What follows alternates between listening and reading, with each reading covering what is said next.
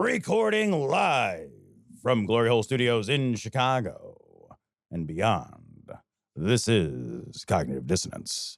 Every episode we blast anyone who gets in our way. We bring critical thinking, skepticism, and irreverence to any topic that makes the news, makes it big, or makes us mad. It's skeptical, it's political, and there is no welcome mat. Today is Thursday, May the 12th, and we're doing some evergreen stories right now. Cecil, I think it's good, actually, that we do evergreen stories because we've got a trend brewing. I know, we really do. And my dude, the trend is this. We record on a Thursday, we release on a Monday, and in the gap between Thursday and Monday, the world just seismically fucking shifts every single time. We're actually in June going to shift our recording date to Fridays. And not for any reasons that are show related, but I was just thinking like, well, good. That gives us one less business day for catastrophe. Yeah. Because like we're doing this like weird fucking podcast tarot card bullshit, right? I tell you, man. It's so good. And everything's the tower, right? Every card is the fucking tower. You're like, oh, tower. Tower.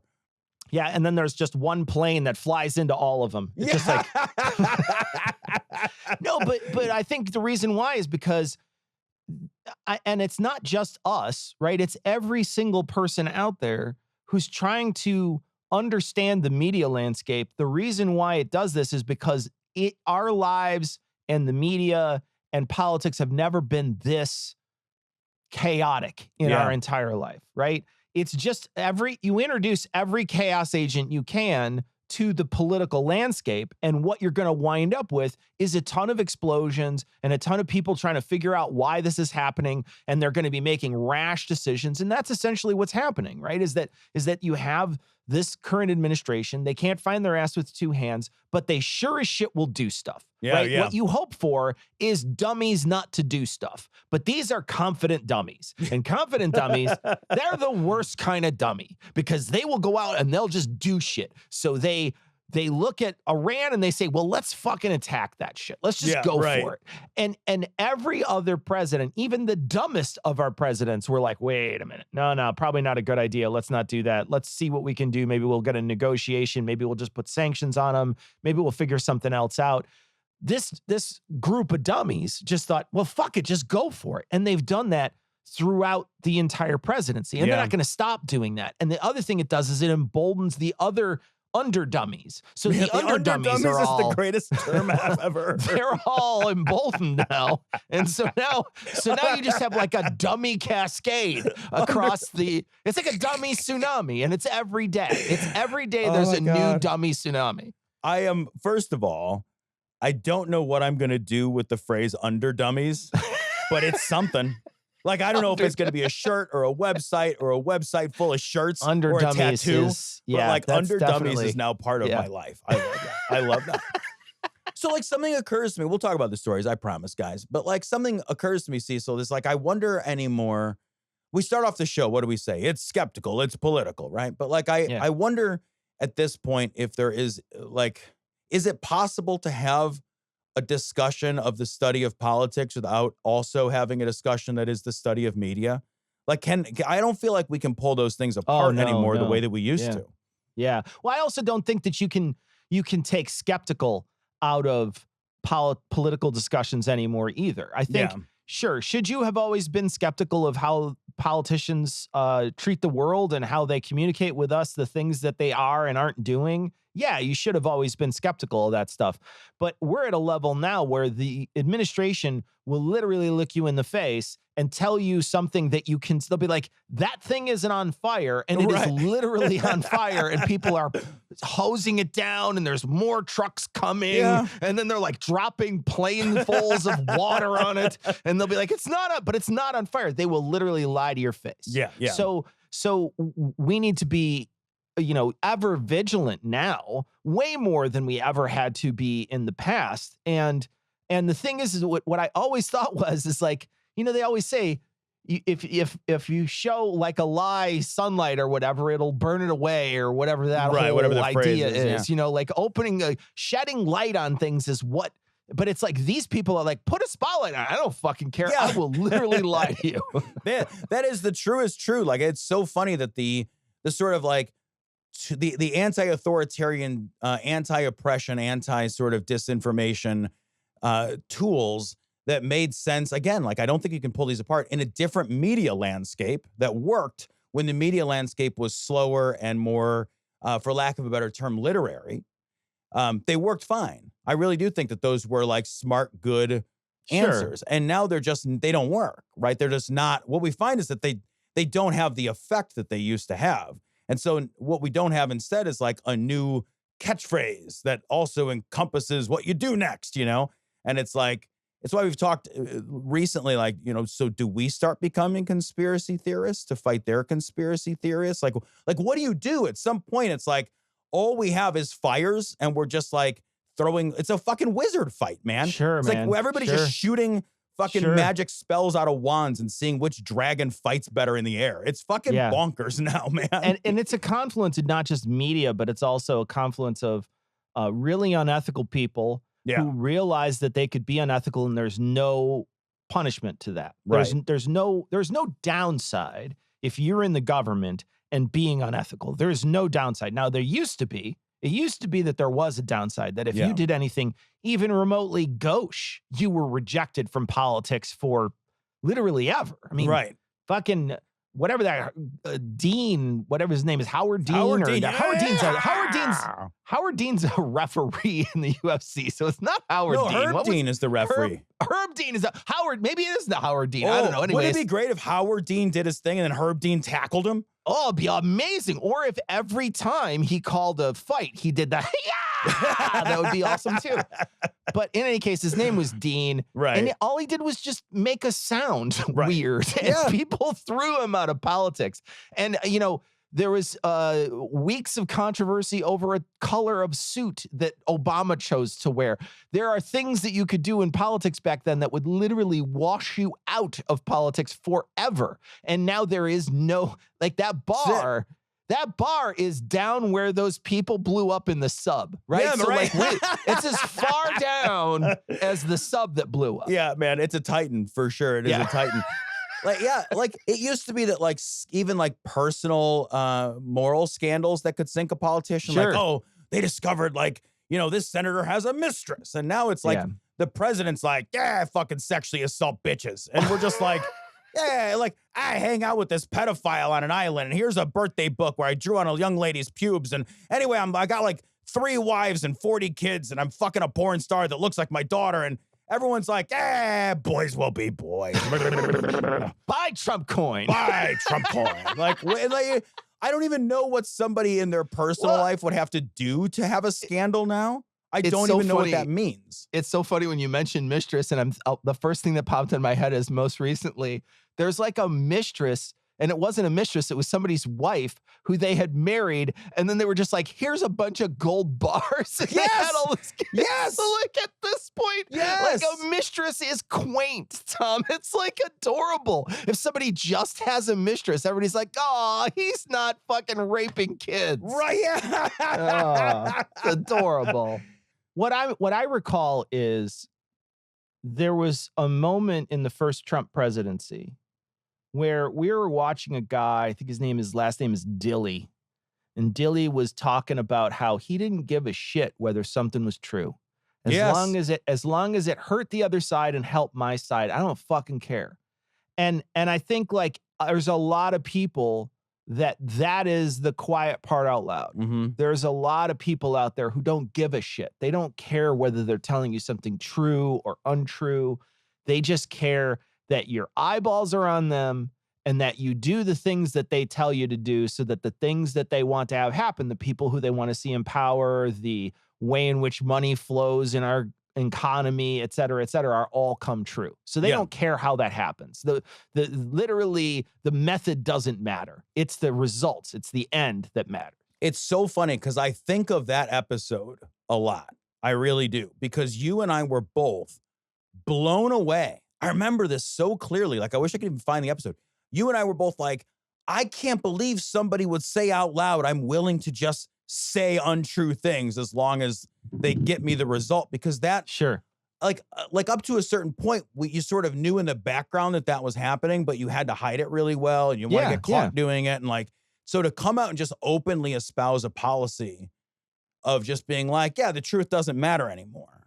I remember being like, well, is everybody hearing this? We were both blown away by that guy who's like, and that's so like, fucking passe now, you know. It's just like, is Tom worried about true facts? Like, it's fucking quaint. I feel Amish right now. I feel like I should throw away every zipper in my house and churn up butter. And then just like squeeze your arms real hard so all your vaccines shoot out. You just like squeeze them. Go kill a barn full of puppies like a fucking weirdo. Tom would lift that barn though by himself. Like everybody else would be struggling. Tom would just lift it on his own. The Wyoming folk, well, they were okay, I guess. Just confused like the rest of us. But Nazis always pissed us off. There were a few Nazi punks in town. Now, I don't know what the fuck these guys wanted. They had the shaved heads and wore the stupid little armbands. I mean, rebellion is one thing, that I understood. But there are some things that are just sacred. Not to mention the anarchy, a systemless society, which is what I wanted, no government, no rules. Well, that was the complete opposite of Nazi fascism. So we kicked the shit out of these kids every chance we could. And that was that. This story comes from The Guardian. A husband expects a yes. How wife schools are shaping submissive Christian women. This is a fairly lengthy article and is a really interesting article. The subheading is, a cottage industry of women are selling courses aligned with a conservative movement that claims feminism is the source of women's discontent. Fucking yikes, this shit is taking off in a way that like the right has figured out, I think most importantly, how to monetize. Yeah. There is, and like I want to start off with saying like, I think it is perfectly legitimate for people to look at the options in a late capitalist society and say, these don't suit me. I don't like this. That is an entirely different complaint. Well, it's a reasonable complaint that the right has decided to sell a really regressive solution to, right? The solutions to that, progressive solutions to the problem of late stage capitalism and the way that it like dehumanizes all of us and like it ultimately reduces us to a value that is assigned to a work product that we produce and all of that stuff. Like there are progressive solutions to that. But what I think is interesting is that the right is offering these deeply regressive traditionalist solutions, and then they're packaging them up right back into late stage capitalism to sell back to these women. Yeah. I think exactly it. I think one of the things that you hear a lot from the anti-feminist crowd is that feminism is making it so women can't stay at home.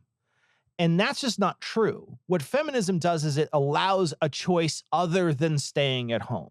It's not mandating that you have to leave the house and you can't be the person who takes care of children or just stays at home and takes care of the home or however your particular relationship decides what your duties are and they aren't. What feminism does is it gives women the option to not just do the one thing that they've been able to do forever, which is stay at home, raise kids, take care of the house. That was sort of the woman's job for a long time in many, many patriarchal societies, and ours was no different for a very, very long time. And now there's an option. If you don't want to do that, you can do other shit. You could be like, hey, you know what I don't want to do? And I know people in my life, not just one, but multiple people in my life that they had children and the man decided, I'm going to stay home because the woman was raising more money at that point than they were. And they couldn't afford the childcare. And they just made the decision that they're going to be the stay-at-home dad. And that happened in multiple people that I know's life. I know, 4 or 5 of these people who were like, hey, I'm not making as much money as my wife is. I'm going to trade it off and just stay at home. And these aren't lazy people or whatever. These are people who just made a decision on who was going to do it. I also know other people who they had the lucky option of one of them not having to work. And so they made the decision on who's going to be at home, and it happened to be the woman. And that just happened. Like it's okay if that's what everybody agrees on. But the problem is that if you demonize this so much and they spend their time demonizing as much as possible, what you wind up with is a bunch of people who misplace the blame, and they'll say things like, well, it's feminism's fault that women can't stay home anymore. And it's like, no, it's capitalism's fault that one person can't comfortably stay home and you can't decide who that is. That's capitalism's fault. And it's the patriarchy's fault that we push those duties onto women all the time, whether they work or not, too, by the way. That's the other big thing, is that whether or not women work or not, often they wind up doing a lot of the work at home in a lot of relationships. And that is something, too, that is pushed off on people. And then they have this idea that it's the thing that is doing this is feminism. No, what's allowing you to notice that it's unequal is feminism. That's what is the reason why you're unhappy, is because somebody said, hey, that's not equal, and that they happen to be a feminist. Yeah, well, like, there's a couple of things that, like, I want to yes and to that. Like, for most Americans, by the numbers, the single income household is an economic unicorn.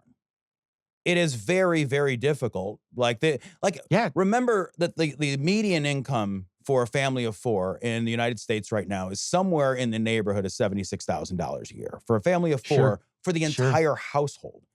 When you look at the way that compares with the rising costs of healthcare, housing, education, childcare, these sort of like inelastic elements of your economic and financial life, like the things that are not, you don't have options not to have.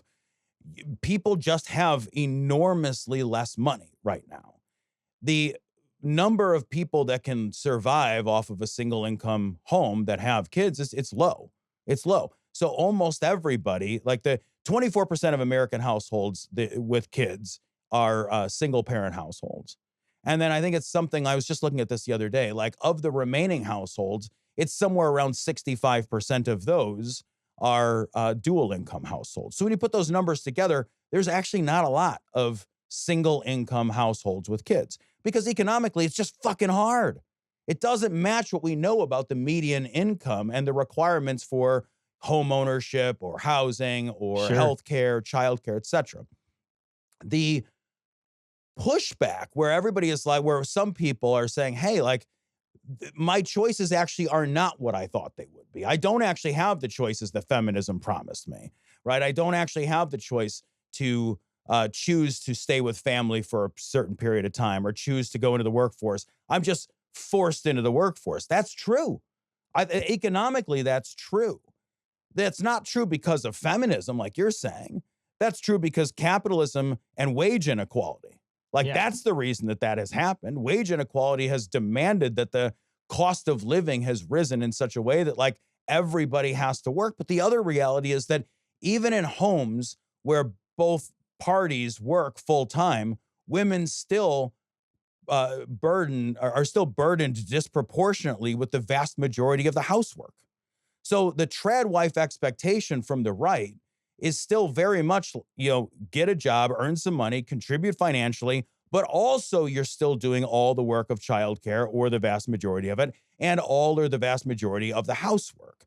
Well, that sucks, right? Like, how is that anything? Like, if my job is to wake up and go to work, and your job is to wake up and go to work, but then your other job is to do all the work that used to be considered a full-time expectation if you didn't have a full-time job. Now you're working 2 full-time jobs and I'm working 1.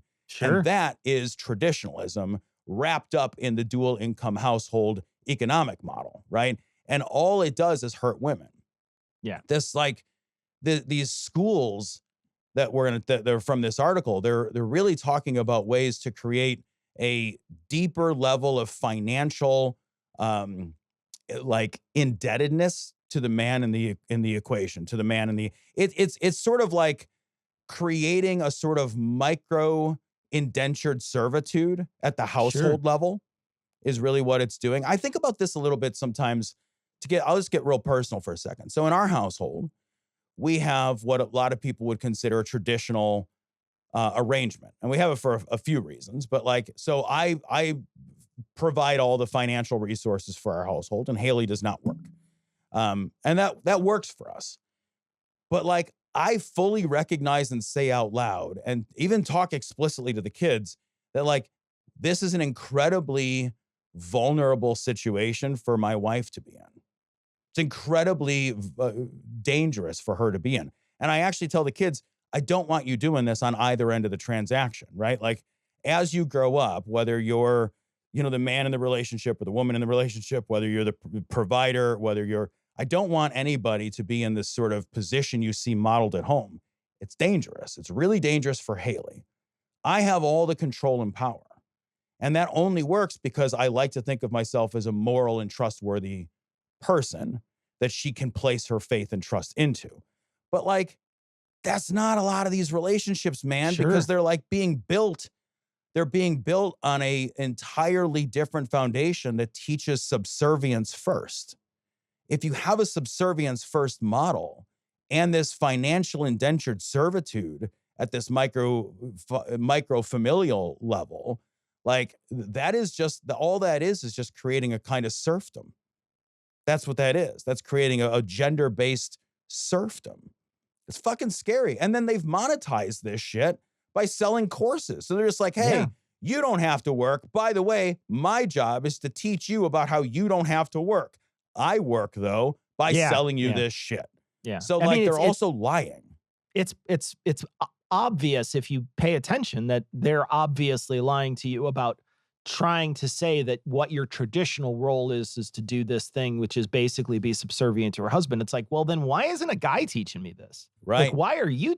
It should be a guy sitting in front of me. It shouldn't be a lady who's telling me this stuff. If the lady is deferring all of her actions to what men think, then it should be, it should be the men who are the one who are telling us. But of course not. It's not. It's a woman who's telling you all this stuff. And thank you, feminism, for allowing that woman to be a self-starter like that. That's great. I mean, I want to touch on something you said because it's true. It's not just economic subservience. It's also just deference in everything. It's deference in every decision. They are teaching people to not push back against their husbands. I want to read part of this. It's literally one of the first, I think it's the first paragraph of the whole thing. The woman speaks of a friend, a married mother. Now, this is a person who's in this lady's class. The woman speaks of a friend, a married mother, who is frustrated that she had to constantly remind her germophile husband to wash his hands. Hearing this, the woman cautioned her friend, I think it would be better for your entire family to get black plague and die than for you to continue treating your husband like a toddler by reminding him to wash his hands. I mean, like, look, if you can't even talk to your partner to have a conversation about something, and sometimes those things are not great things to talk about. They're difficult things. There's issues you have to talk to them about, things that might annoy you, things that might make you upset, et cetera, things that you see them doing that might eventually lead to, more strain on your relationship. So you've got to nip it in the bud or whatever. Teaching them just to say, I'm not going to do anything to try to push back against my husband means the husband gets everything they've ever wanted. And then one of the things that they say in this article is they talk to guys in this article. They start talking to the guys. They start doing surveys about to these men. And what they find when they talk to these men who are in these relationships and who are in these sort of trad wife traditional relationships with these ladies, they find out that the men resent the woman, think that they're lazy, but also know that they're there to cater to them and to be, because they need physical and emotional intimacy. So they realize that this is the trade-off, but they resent them for it. Yeah. So even if you do all these things, become subservient, roll the carpet out, do whatever they want. They talk extensively about like, in a lot of ways, non-consensual sex in this article. Yeah. And even if you do all that stuff, you still can wind up with somebody who resents you for it. So like there is no benefit whatsoever to the people who are involved in this transaction on the female side. None whatsoever. No. Yeah, dude, it's a no-win. You see this online all the time. It's such an incredible hypocrisy and no-win situation, right? These women are damned if they do and damned if they don't, Yeah. and they're not allowed to don't.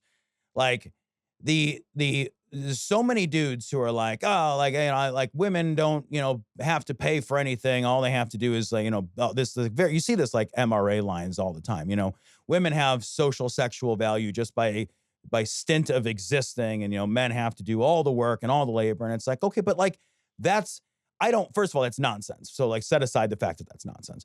But like, let's assume that that is the worldview you take. Then if the woman is like, all right, well, awesome. So if the value that I provide is this traditionalist value, then you should value it. Well, what these men are saying is, I don't really value it. Everything you do and contribute is a less than contribution. And of course it is. Because as long as it's a less than contribution, then what these dudes get is their bang maid.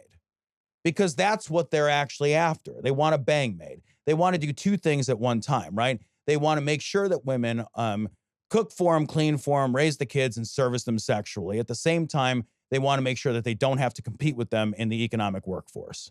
So if they can accomplish all of those things and keep women financially in this position of servitude, but also in this emotional position where everything that they contribute is never going to stack up to whatever he contributes. Because like the other truth of living in a hyper-capitalist society is he who creates the resources values most of the resources. So nothing else is as valuable in a capitalist society as the dollars you bring in the door. Everything else serves the dollars, right? And like, I will say, like, to some degree, I understand that element. And like, it's wrong not to challenge it on a personal level. But like, I will also say that I think about this sometimes as the only breadwinner financially in our home.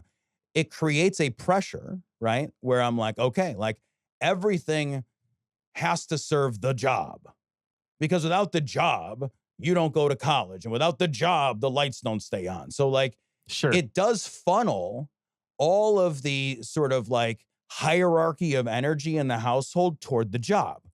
But we're not recognizing that the funneling is to the job. What the guys that are supporting the tradwife thing they're doing is they're funneling all of that to them. Sure. They're misunderstanding the assignment, right? The thing is that capitalism requires that all of that energy serve the job. But what they're saying is all that energy serves me. Yep. Because I hold the job. Yeah. And so Yeah. I hold the power. And Yeah. like that is just so fucking incredibly dangerous. The thing that you read too, I want to like grab hold of real quick. And I know this isn't really the whole thing, but like imagine a scenario where a guy needs to be told to wash his hands.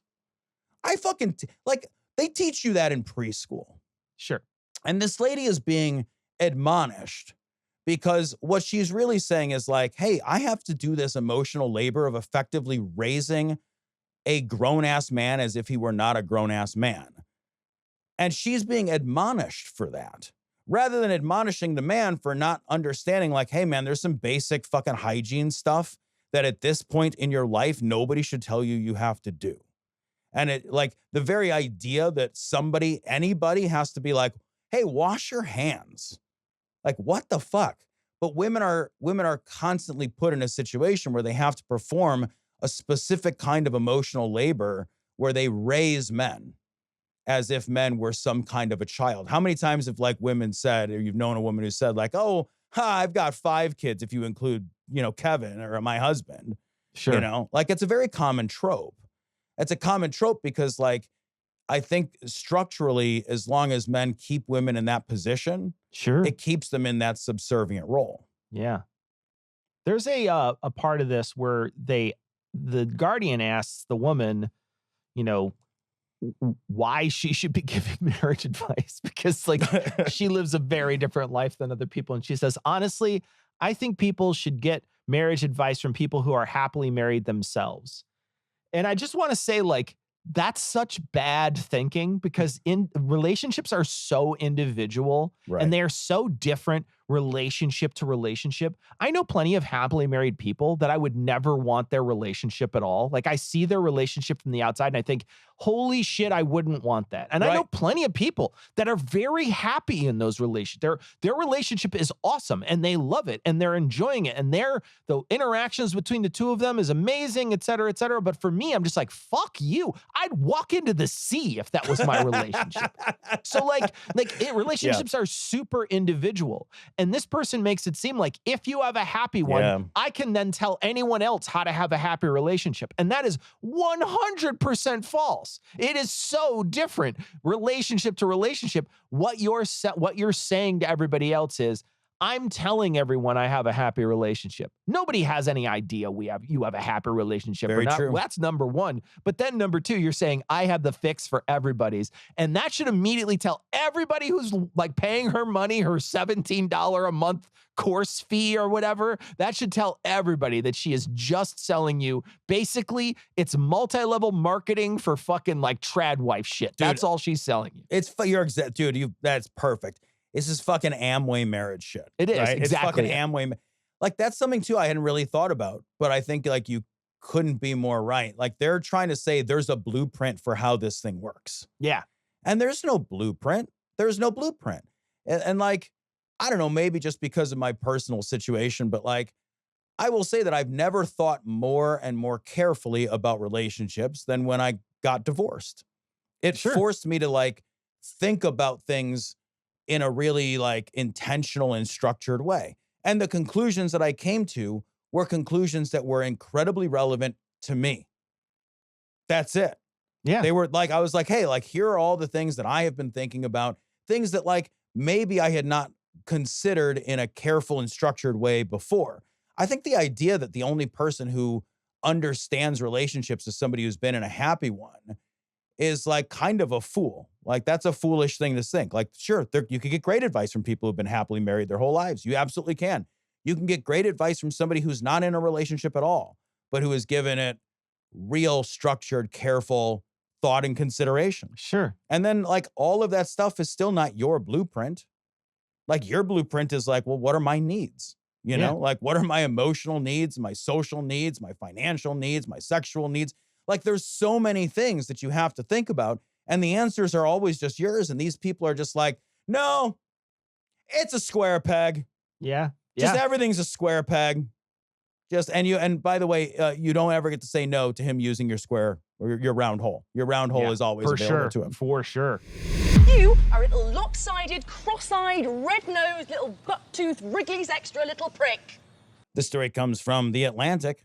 The FBI is reportedly investigating a leak to an Atlantic rider. Sarah Fitzpatrick reported on concerns about Kash Patel's drinking and behavior, and now the FBI, shock of shocks, is digging into Sarah Fitzpatrick. So this is just not supposed to be a thing. This is just straight up not supposed to be a thing. Journalists are supposed to be able to have sources, and then the government does not go after journalists for journalism. Like, that is not a thing that we've done. Yeah. What's that? They didn't used to. It didn't used to, man. I mean, this is like some McCarthy era shit. Man. Like this. And isn't it funny to be like, hey, like, remember we all read about McCarthyism and like we all kind of agreed that was bad. And now there's like a swing around where it's like, yeah, but like, was it though? That's what? You know, like, this isn't the first time, I think, that in our past, especially in our recent past, if you look at the past 30 years, that there has been some sort of fight between journalism and the current politicians that are in power. And often the current politicians that are in power want to keep certain things away from, you know, certain secrets, certain ideas, certain things that are happening in government out of the public's ear, right? But in this case, this is literally just saying, is this person qualified? And here's some shit they did. And they're trying to go after these people for stuff that they are corroborating with multiple members of the FBI. I want to read part of this article because it's fucking amazing, man. Okay. How much of a fuck up Kash Patel is. God. So this is the other person who they went after, because they had printed an article in the Washington Post, and this person got a Pulitzer Prize for, you know, reporting or whatever. But very specifically, they had printed an article about Kash Patel. And this person had interviewed more than 24 people about Patel's conduct, including current and former FBI officials, staff at law enforcement and intelligence agencies, hospitality industry workers, members of Congress, political operatives, lobbyists, and former advisors. The article included several anecdotes about Patel that had not been previously reported, including an incident in which Patel struggled to log on to an internal computer system and thought he might have been fired, according to 9 people familiar with what happened. Fitzpatrick also wrote that there was a concern across government about Patel's drinking, according to several officials who he had been known to drink to the point of obvious intoxication. At one point last year, Patel's security detail requested breaching equipment because the director had been unreachable behind locked doors, according to multiple people familiar with the request. Kash Patel is such a fucking wreck of a human being. He's such a flaming wreck of a human being that even when he gets put in this position of power, a very, very powerful position in our government, he can't help but be such an unbelievable fuck up that so many people that are under him are just like, this guy he's always drunk. He's like hiding behind locked doors. He can't even log in to a computer on the floor of the FBI. He's a mess. And for somebody to say, hey, other people that work with this guy think he's a mess, and then for you to weaponize the FBI against them, that's kind of bad, I think. That's a negative. That's an overall negative. I love that the idea that like they're interviewing fucking like hospital, like they're interviewing fucking bartenders and shit, right? Like this is just straight up reporting. This is how you do reporting. Exactly. And like somebody went out and did some reporting where they interviewed a bunch of people who've interacted with Kash Patel, and now they're just like, you can't say things to just say true facts when they're ugly about who I am as a weird wall-eyed person. You're just like, yeah, man, I can, and we do. And like what I would hope sincerely, I kind of actually want this to happen. I sort of want them to try to bring a case. And I want that case to fucking blow up like so many of these other grand jury attempts keep blowing up in their face. The Department of Justice has a bad track record right now. Yeah. They have tried on many occasions to indict, these people that they are trying to go after and weaponize the Department of Justice, weaponize the justice system against their political opponents. And to a large degree, it is failing. That effort is failing. And they are not getting their grand jury, it's not getting through the grand jury. They're not getting it passed. These things are not actually going to go to trial. Forgot what it's fucking called. But like, there's a saying like the grand jury will indict a sandwich, the indictment. That's the fucking word I was looking for. Like the grand jury will indict a ham sandwich, and they still can't get an indictment. Yeah. For some of this stuff, right? It's a low bar is what I'm saying. Like the grand jury's a low bar. That's turkey with mayo on a wheat roll. There's no way we're indicting that. Yeah. They need to fail publicly, I guess is what I'm saying. Right. Yeah. Like, because fail more publicly. And more publicly. It needs to be embarrassing and it needs to be expensive. And then people that fail, like Pam Bondi, they need to get fired. Yeah. So that it creates this constant churn of ineptitude, because it's that churn of ineptitude that's going to keep us, that's going to like get us through the next 3 years. If God forbid somebody good and effective gets in charge, that's the last thing we want. Kash Patel's already failed suing somebody. So this article is talking about how he wants to sue The Atlantic for saying, that he's not good at his job and like often drunk and, pretty bad at doing all of the things that would require him to be good.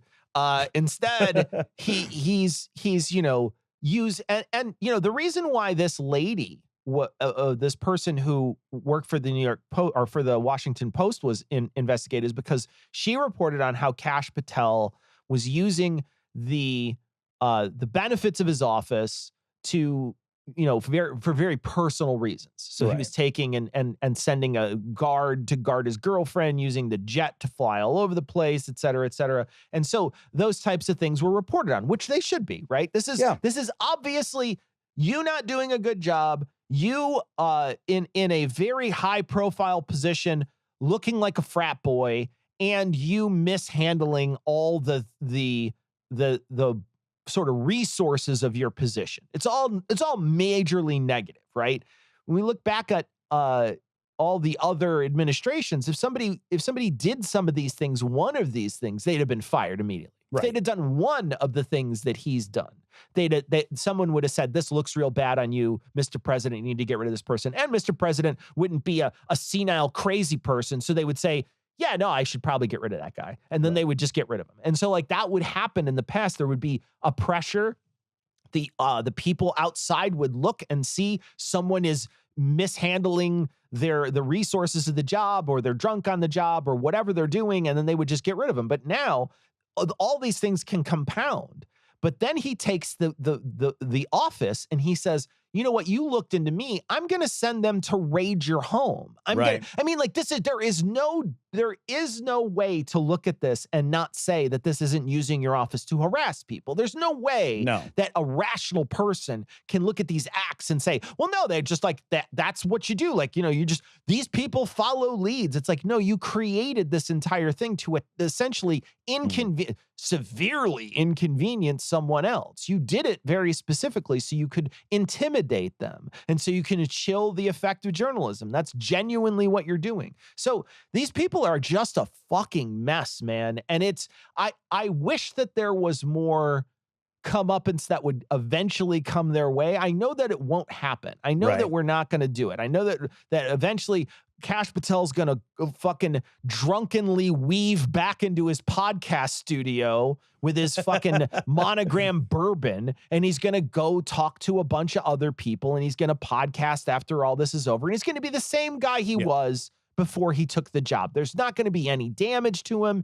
His reputation isn't going to be changed at all because he never had one. It's not like he had a great reputation coming in. So it's not going to change. And he's basically going to do the same thing he's been doing forever. And there won't be any kind of, he won't suffer any consequences for misusing the office and for attacking other people for this. And that's a real tragedy. It is. And I want to make sure that I recognize, like, it's yes-anding something you just said, but like, I totally do recognize that it is an intentional strategy of chaos over convictions.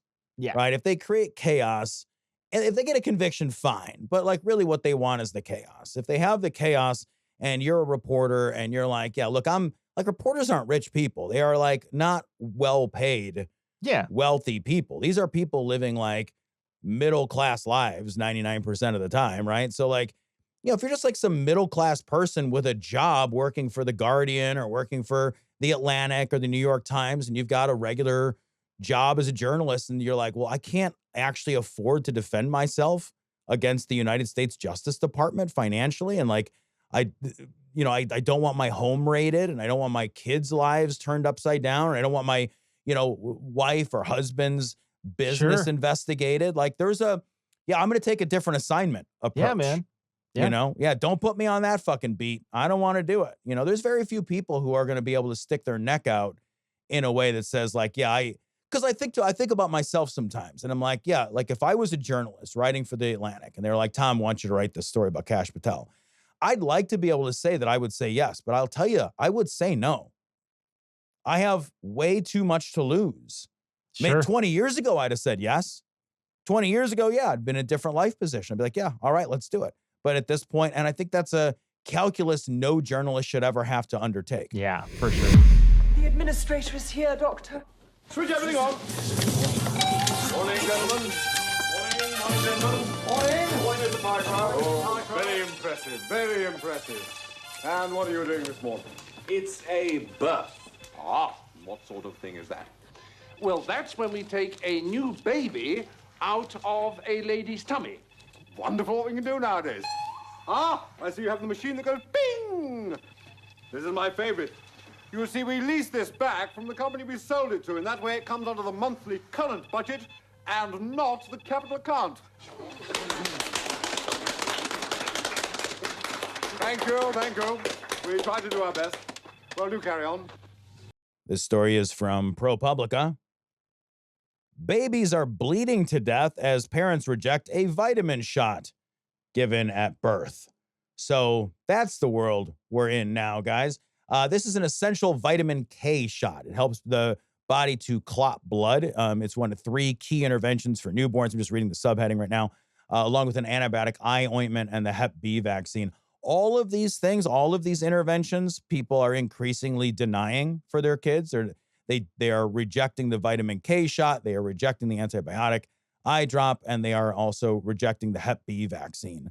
The Hep B vaccine is actually under a lot of pressure right now, institutionally, which is fucking completely insane. Like, this is just a vitamin shot, man. That's what this is. And like they started doing this prophylactically at birth. And essentially, as soon as they started doing this prophylactically at birth many decades ago, like, this saves lives. Sure. This has an immediate life-saving impact. And there's no downside to it. It's just, I really was thinking about this, and it's just the method of administration. Because these are already fucking vitamin nuts, right? The people who are rejecting this stuff, they probably have a fucking something they refer to as a supplement stack. It's interesting. Yeah. Yeah. You know, and they probably are like, you know, taking CoQ10 and fucking DHEA and like all kinds of like peptides and, you know, whatever. So these aren't people that don't believe in vitamins. What I think they are is people that don't trust doctors and don't believe in the administration of medicine through interventional needles. I think it's the method, man. It's needles, bro. A jab. Yeah.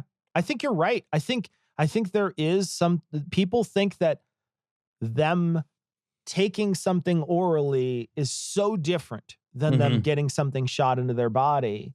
And they think that their body just interacts with it in such a different way that this is natural, that I'm putting it in, and this is unnatural. Right. You're putting it in my skin. If you put it through my skin, then it is unnatural for me to get that stuff. And these are natural people. These are people who think that, you know, we need to, you know, go back to nature, and nature is the thing that's the most important. This is one of those moments, and this is something just with vaccines, it's the same thing. Yep. The reason why these people aren't doing it is because they don't see the horrors of not doing it.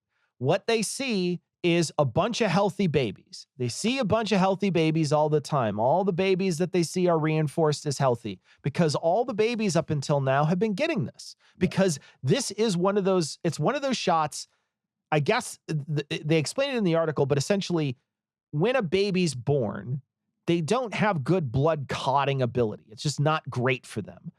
And it doesn't really transfer from the mom to the baby very well. And it also doesn't transfer after birth through breast milk. So those things that just don't get this particular like mineral and vitamin or whatever, and it doesn't allow them to clot blood as well. And babies will literally bleed to death if you don't do this. So it's important to do. It has, like you say, no downside. The baby gets the thing, the baby survives. And then they wind up finding that these babies that don't get this stuff develop like some crazy shit can happen to them. They can get brain bleeds. They can wind up with like a horrible, you know, they can die from bleeding out. They can get like crazy liver problems, etc. All these things can happen if they don't get these a couple of things that they have been getting for years and years and years. And it's because we're a victim of our own success. These people have no idea what it's like to live in a world without that stuff. Yep. So they think, well, everything must be fine. There's a part of this article that is so fucking infuriating. First off, this was a hard article to read. These are babies dying, man. This is like, this baby didn't have a choice. It's not like the baby had a choice to where they wanted to be born. In fact, what happened is they got born to a bunch of stupid people who paid a lot of attention to stuff they shouldn't have fucking paid attention to. Yep. They listened to people they shouldn't have listened to, and then their baby died.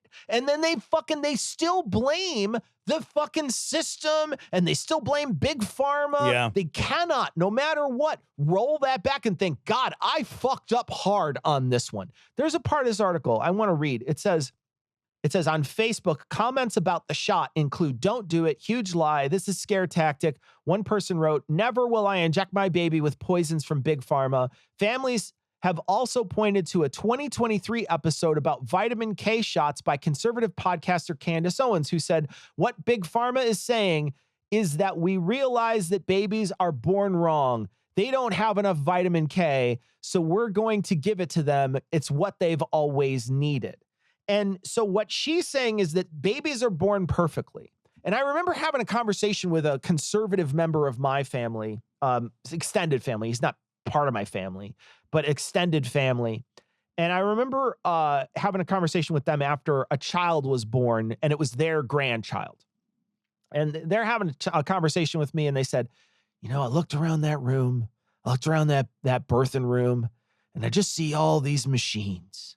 And there's just machine after machine after machine after machine. And I just saw $, $, all these machines in the living room. You don't need all those machines. And I'm thinking, and I thought to myself at the time, like, you know what you used to have to do to have 5 kids survive back in the day? You used to have to shit out 12 of them.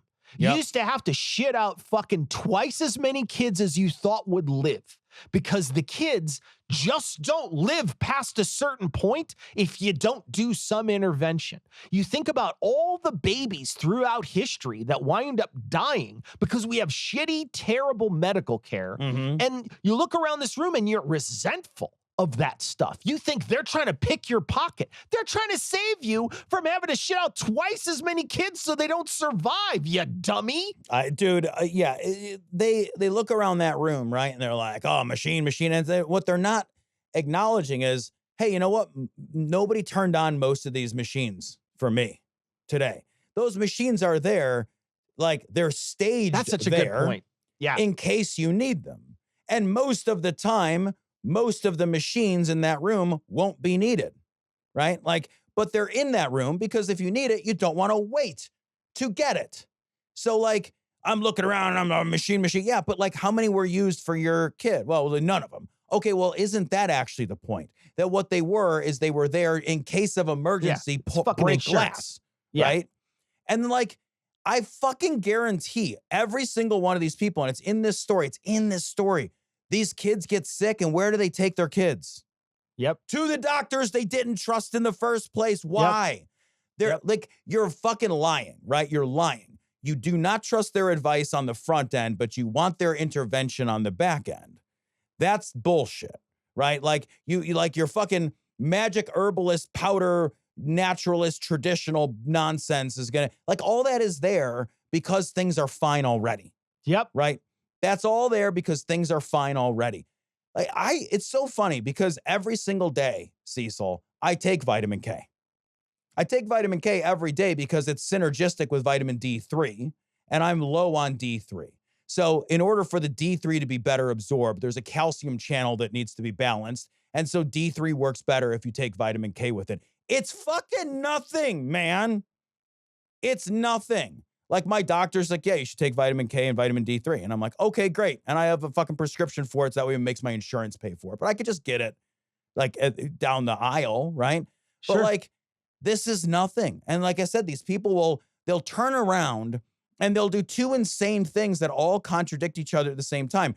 They'll take a fucking herb, a potion, a tea, a tincture, an ointment, a fucking salve from fucking Joe the Healer, right? And what is that? And then they'll like go to the fucking GNC or where Vitamin Shoppy or like wherever they go, and they'll spend $300 a month on, you know, supplements and vitamins and potions and tinctures and ointments and whatever. Or they'll buy a juicer and they'll juice like 1 million carrots or whatever. Like the fucking suck down kale juice by the gallon or whatever horrible shit they're doing on the advice of somebody with no education.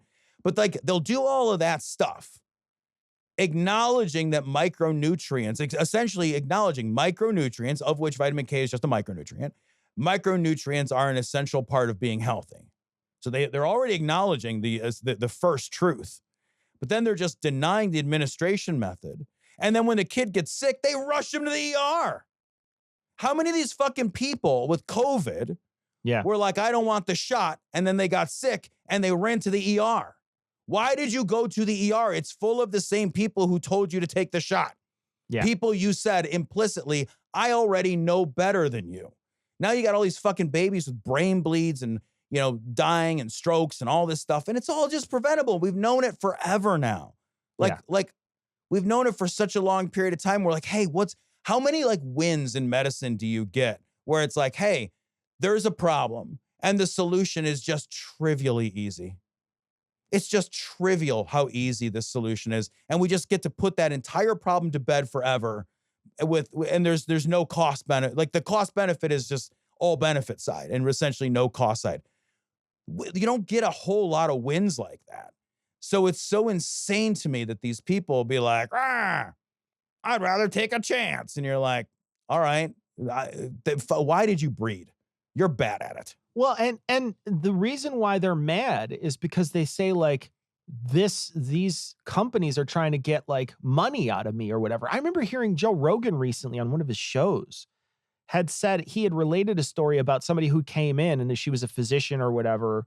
And she came in and said that with her small practice, if she would have given the COVID shot to people, she'd have made $1.5 million. And I thought, well, what is the economics even that your brain is putting together there? Right. She'd have made $1.5 million at a small practice, giving away, giving people a shot. How is that profitable for the companies? Because I know for sure none of us are paying for that. Like that's not the amount of money your insurance would pay for something like that. That's not like when I go in, if let's say you have 1,000 people, that's a $1,500 a shot. Like how is that money getting generated? There's no way your insurance, which you don't pay $1,500 probably a year for, you're going to wind up paying $1,500 a shot for. It doesn't make it literally makes no sense. Like the person is 100% lying to you. I cannot put those economics together to make them make any sense whatsoever.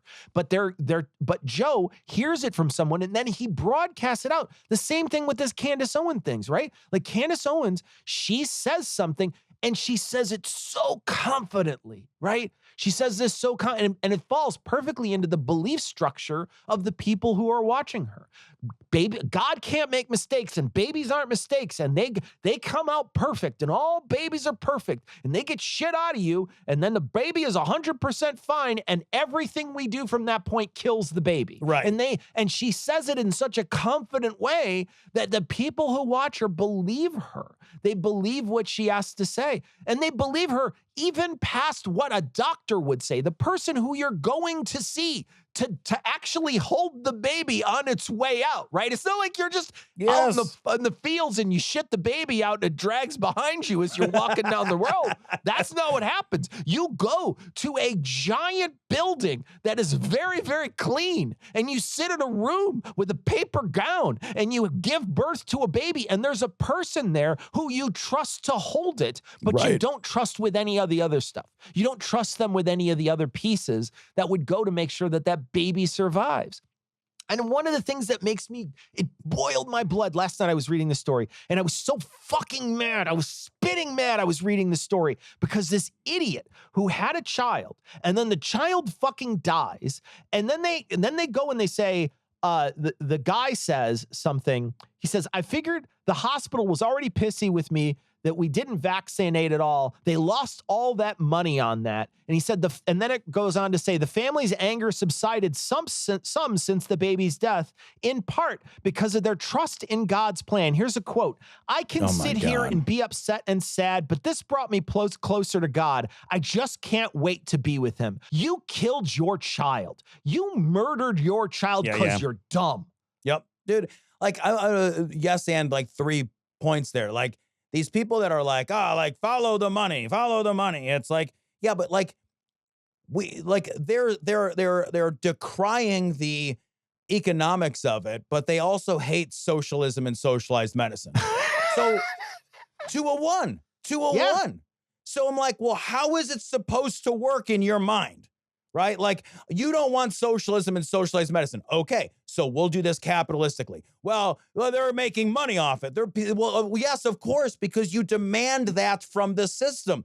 We only get, how, like, literally, what is your system? Like, what is your system where there's no money involved that is not a socialized plan? You don't want the socialized plan? Fine, we'll do this other plan. No, I don't like it. There's money involved. What the fuck am I supposed to do with any of this? And the thing is, like, they don't need to have consistency or coherency, right? What they need to have is talking points that mobilize people to say against and no and con. Yeah, it's all about no. That's it. That's all they're trying to generate. They're not trying to actually produce any kind of a social value here. And the blood that oils those cogs is all the people who didn't need to die, right? Well, I think of like prenatal vitamins. There's not a big push against prenatal vitamins. I've not heard any online chatter against prenatal vitamins. Somehow this postnatal vitamin is controversial, right? Like one of the reasons, I'll give you an example. Like one of the things you give prenatal vitamins for is prenatal vitamins contain a whole bunch of stuff. One of the things it contains is folic acid. They've discovered that like a primary driver of spina bifida is a lack of folic acid during pregnancy, specifically the last piece of the pregnancy. So is giving women, prenatal vitamins increases the amount of folic acid, and the amount of kids born with spina bifida fucking plummets, man. It falls off a cliff because like there are things we need micronutrients for in order for development to occur. And many people, unfortunately, live in situations where they have, food deserts and less than perfect nutritional conditions for a variety of mostly economic reasons. So we give people prenatal vitamins, and it actually prevents a whole slew of disastrous outcomes. We have a lot less of these disastrous and tragic outcomes. All the prenatal vitamins are like, yeah, awesome. Totally down with it. You know what? I got fucking great nails from it. My hair is lustrous. I like this. This is great. Nobody's bitching about it. Postnatal vitamin? Whoa, wait a minute. Yeah. What are you making on that? It's not like the prenatal vitamins free or cheap. They're actually quite expensive. So there's this insane dissonance there where they're like, we're doing this to prevent a disease. Awesome, I'll buy in. Okay, we're going to do literally the same thing a day later to prevent a disease. Whoa, what are you trying to make all this money for? If I listen closely, I can hear the cash register in the background. Right. Yeah. Yeah. And then I just also want to say they always talk about the revenue side of the model, right? They never talk about the profit side of the model. Vaccines are not high margin, high profit items for companies by and large. So maybe if this practice, let's grant her that she would have made $1.5 million. Let's grant that perhaps Moderna and Pfizer and J&J and whatever, maybe they were expensive and the insurance was paying a good chunk of money and the government was helping to subsidize that. They were brand new patented medicines. So let's say they were expensive every time that a shot was administered. That does not mean that all of that was profit. Right? So there are two people that get paid in that transaction. There's a lot of people that get paid in that transaction. There's a lot of people get paid, actually, yeah. Yeah, so I'll set that aside. But if we're saying that the doctor has this nefarious ulterior financial motive because they would have intaken all of this extra money, well, what do they have to output in order to do that? What's the actual margin on that? Because if I get $1.5 million, Cecil, but it costs me $1.3 million to do it because I have to buy the vaccine, right? Like people forget that the doctor to administer the vaccine has to buy the vaccine. Then they have to store the vaccine under very specific and specialized conditions. Then the vaccines have an expiration date. Every vaccine that's not administered that you bought that gets thrown away because somebody didn't come in and get it in time, that's just part of your margin out the door. They always forget the second half of the business model. Man. They never line up the expense side of the transaction. So they'll be like, hey, vaccines are a $1 billion industry. And you're just like, sure, on a revenue only basis. Yeah. But that's like looking at your household income and forgetting that you use any of your money. And, right? Yeah. That's it's all what's profit. insane. It's all profit if I don't count any of the stuff I spend money Right. on. Well, if I don't pay my mortgage or, pay my car note or pay for my gas bill or pay for my electric bill, then I have all the money that comes in, I just keep and put in I don't even pay my taxes on it. It's all frosting. It's such assholery. All of it is so transparent and it's such assholery. There's a family that winds up having a child that dies. This family, gets mad about it. They say, I can be upset, but it brought me closer to God. I just can't wait to be with their own child. And then the article ends with two of the families who went on to have other children found themselves, and these are children who died, right? So these kids, they had kids who died from a very preventable thing. It says two of the families who went on to have other children found themselves facing the same decision. Would they decline the vitamin K shot again? Both got the shot for their newborn. Oh, I wonder why, Cecil. I wonder no, I don't. Both of them got it. Yeah. Yeah, of course not. Of course not, because it's a fucking easy fix. Yep. And And like, just have the self-reflection to know you fucked up. Yep. Just have the self-reflection to know, you know what? I contributed my own child's death because I was too stubborn. I listened to somebody who was really confident in their delivery, who doesn't know fuck all about anything. Yep. And I listened to them instead of listening to somebody who was looking me in the face with the best intentions of taking care of my child. And I listened to the wrong person, and that's on me. And that's the cross I have to bear, or the fucking weight I got to carry, the millstone around my neck for the rest of my life, is I fucked up. But instead, they're just like, nope, I didn't fuck up. Doctors are rich. Also, go ahead and give them that shot if you don't mind. I definitely don't want to have another one. Yeah. You know, to extend some empathy, if I were caught up in a sort of media and informational ecosystem that lied to me so much that I bought into this and my kid died, and then I reflected enough to where on the birth of my second child, I realized I needed to give that kid that shot, I would become a goddamned evangelist. Yep. Right? Because like I would have to reconcile myself with what I did. And I think I could do that, right? Like, one, I'm a person who can compartmentalize and okay with cognitive dissonance. But what I mean is I could say, look, I was always trying. I always had the best of intentions in my heart. I got fed a lot of bad information. I acted on bad information. My intentions were always good. I have to rely on living my life with good intentions. I had bad information, but now what I need to do is go out and help other people make good choices because I didn't do that.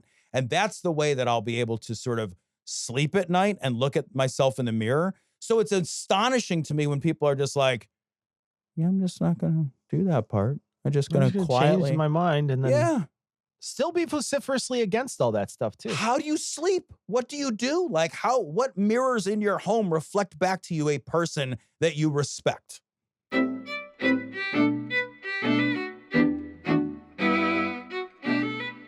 All right, well, we're going to wrap it up there, and we are going to be back on Monday with the full show. There won't be an extra show on Thursday this week, but we will be back Monday, and we are going to leave you, like we always do, with the Skeptic's Creed. Credulity is not a virtue. It's fortune cookie cutter